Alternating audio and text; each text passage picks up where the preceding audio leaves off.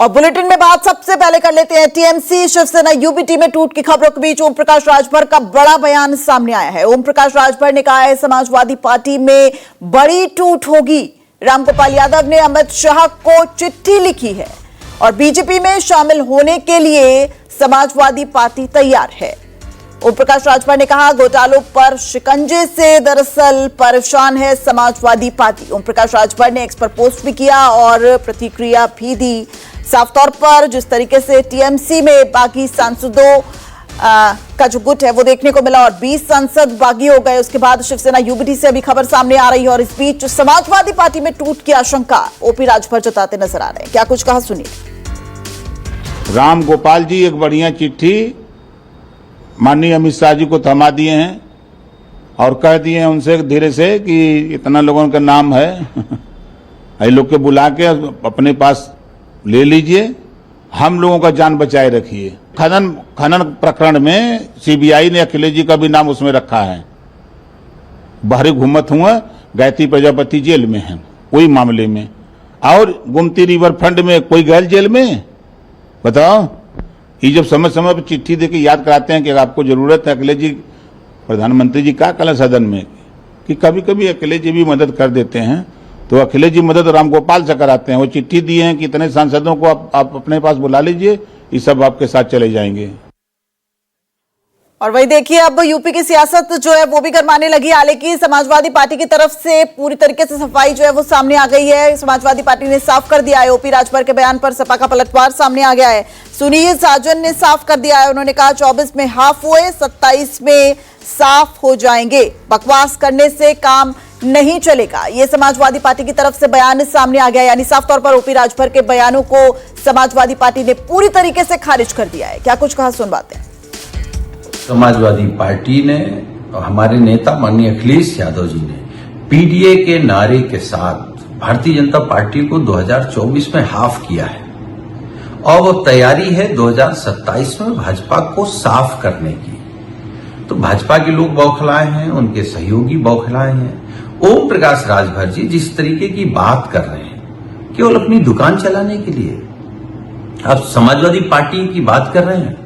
Samajwadi party ने PDA के नारे के साथ भाजपा को हराने का इंतजाम कर लिया है। आप भी हार रहे हैं, आपके दल में एक भी एमएलए जीत करके नहीं आने वाला है और आप तो सुबह कुछ बोलते हैं, शाम को कुछ बोलते हैं। कभी प्रधानमंत्री जी को गुजरात भेज रहे थे, कभी योगी जी को गोरखपुर भेज रहे थे, अब समाजवादी पार्टी के बारे में टिप्पणी कर रहे हैं। तो आपके सूत्र, आपकी सोच, आपके कार्यक्रम जैसे हैं वो सब उत्तर प्रदेश की जनता जानती है।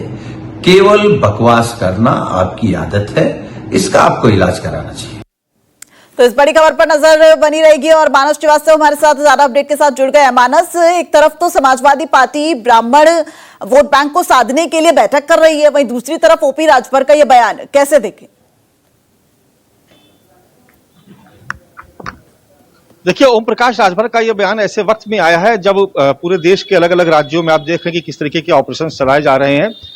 चाहे वो पंजाब में देखा हो कि वहां पर बड़ी टूट हुई आम आदमी पार्टी में, चाहे बंगाल में तृणमूल कांग्रेस और या महाराष्ट्र में जो ऑपरेशन टाइगर चल रहा है। इन सबके बीच ओम प्रकाश राजभर का यह बयान अपने आप में बेहद चौंकाने वाला है। हालांकि इसको एक शिगुफा ही माना जा रहा है, क्योंकि जिस तरीके के हालात इस वक्त उत्तर प्रदेश में है उसमें जो लड़ाई है वो सीधी सीधी समाजवादी पार्टी और भारतीय जनता पार्टी के बीच में। और ऐसे वक्त में जब 2024 में इंडिया गठबंधन ने पीडीए के फॉर्मूले के सहारे बहुत शानदार प्रदर्शन किया और ऐसे वक्त में जब उत्तर प्रदेश में खासतौर से 2027 के विधानसभा चुनाव बेहद करीब आ चुके हैं और समाजवादी पार्टी इंडिया गठबंधन की कोशिश है कि वो पीडीए के साथ साथ अगड़ी जातियों को भी जोड़े, जिसको लेकर के आज समाजवादी पार्टी में बड़ी महत्वपूर्ण बैठक भी हुई। ठीक उसी वक्त ओम प्रकाश राजभर का पहले सोशल मीडिया पर पोस्ट, उसके बाद उनका ये बयान कि बहुत बड़ी टूट होने जा रही है। दरअसल ये माना जा रहा है कि एक तरीके से इंडिया गठबंधन को और समाजवादी पार्टी को मनोवैज्ञानिक तौर पर दबाव में लेने की कोशिश की जा रही है। लेकिन आपने देखा कि समाजवादी पार्टी की तरफ से भी इसका जवाब आया और समाजवादी पार्टी ने कहा कि 2024 में हाफ किया है, 27 में साफ कर देंगे और इस तरीके की बकवास जो की जा रही है उससे काम नहीं चलेगा। तो ये एक बड़ा महत्वपूर्ण पलटवार हुआ है। एक अपडेट आपको और दे दें कि अभी अभी समाजवादी पार्टी के मुखिया अखिलेश यादव ने एक प्रेस कॉन्फ्रेंस शुरू की है। प्रेस कॉन्फ्रेंस अभी चल रही है जी। उन्होंने भी आज अपने इसी मंच से ऐलान कर दिया कि जल्द ही वो गोरखपुर में घेराबंदी शुरू करेंगे। जो कमियां हैं, जो कमजोरियां हैं, वहां उनको दूर किया जाएगा और इस बार जो चुनाव अभियान की जो शुरुआत होगी वो गोरखपुर से होगी। गोरखपुर में उन्होंने कहा कि बहुत जल्द ही वो सम्मेलन का ऐलान कर देंगे। यानी पलटवार इधर से भी हुआ है, यानी गोरखपुर का मतलब मुख्यमंत्री योगी आदित्यनाथ का क्षेत्र, पूर्वांचल का वो इलाका जहां से खुद डिप्टी सीएम आते हैं, जहां से उत्तर प्रदेश के मुख्यमंत्री हैं, जहां से पूर्वांचल के इलाके बनारस से प्रधानमंत्री खुद आते हैं। तो इस पूरे इलाके में घेराबंदी की रणनीति का ऐलान आज एक तरीके से किया अखिलेश यादव ने, जिसकी शुरुआत वो गोरखपुर से करेंगे। इस बात का भी उन्होंने खुला ऐलान कर दिया। तो कहा जाए कि दोनों ही तरफ से, चाहे वो खेमा इंडिया गठबंधन का हो, चाहे वो एनडीए का हो, चाहे वो समाजवादी पार्टी हो या बीजेपी हो, दोनों ही तरफ से एक दूसरे पर मनोवैज्ञानिक तौर पर बढ़त बनाने का, दबाव बनाने का प्रयास किया जा रहा है। राजभर के बयान को कम से कम आज के परिप्रेक्ष्य में हम लोग इसी नजर से देखते हैं। बिल्कुल, लेकिन राजभर के बयान ने खलबली तो मचाई दी होगी। जिस तरीके से लगातार जो खबरें आम आदमी पार्टी से शुरू हुई सिलसिलेवार तरीके से टूट की, ऐसे में कहीं ना कहीं समाजवादी पार्टी भी अब ये कोशिश करेगी कि उसके विधायक और सांसद इंटैक्ट रहे, उसको लेकर वो एकजुट होने का प्लान तो बनाएगी। ये भी आने वाले वक्त में देखा जाएगा, हो सकता है खबरें सामने ना आए। बहुत शुक्रिया मानस इस पूरी जानकारी के लिए। और अगली बड़ी खबर की तरफ बढ़ते हैं। लोकसभा स्पीकर से शिवसेना यूबीटी के नेताओं ने मुलाकात की है। शिवसेना यूबीटी के सांसदों ने आज मुलाकात की है जो इस वक्त शिवसेना यूबीटी के साथ ही मौजूद है। और इस वक्त अखिलेश यादव प्रेस कॉन्फ्रेंस कर रहे हैं, सीधा आपको लिए चलते हैं। तो ये स्थिति पैदा कर रहे हैं कि हमारे बच्चे पढ़े ही नहीं, तो जब पढ़ेंगे नहीं तो रूढ़िवादी बन जाएंगे, अंधविश्वास उनके अंदर ज्यादा होगा। ये जानबूझकर ये सारे षड्यंत्र कर रहे हैं। और फिर प्राइमरी हेल्थ सेंटर, मुझे याद है कि हेल्थ इंफॉर्मेशन सिस्टम लागू किया था मैंने वहां पर गोरखपुर में, और इसलिए लागू किया था कि जो मरीज आ रहा है, जो गरीब आ रहा है, वो आखिरकार किस बीमारी के लिए आ रहा है वहां पर, और उसको दवाई क्या दी जा रही है।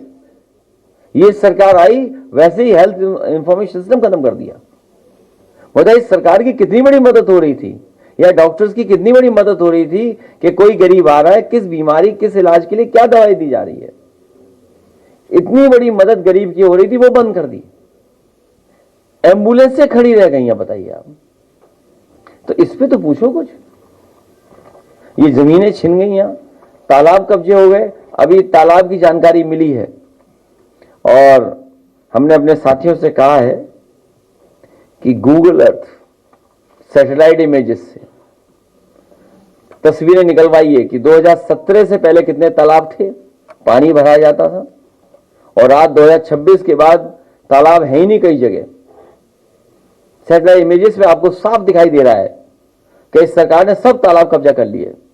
सच्चाई तो यह है कि 2017 से पहले इन्हें कोई जानता नहीं था।